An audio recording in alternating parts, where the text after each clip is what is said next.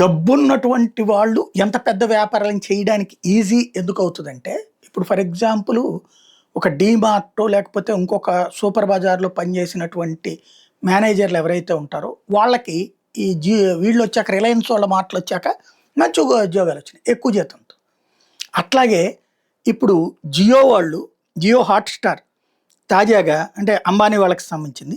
Google, Flipkart, Amazon Pay, CRED, Razorpay, Myntra దగ్గర నుంచి సీనియర్లని రాజీనామాలు చేపించి వీళ్ళు తీసుకున్నారు ఎక్కువ జీతాలు ఇచ్చి.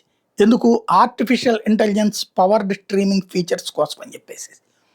అంటే తాము ఒక వ్యాపారం బిగిన్ చేస్తే ఎన్ని వందల కోట్లైనా ఖర్చు పెట్టి సక్సెస్ కావడానికి ప్రిపేర్ అవుతారు.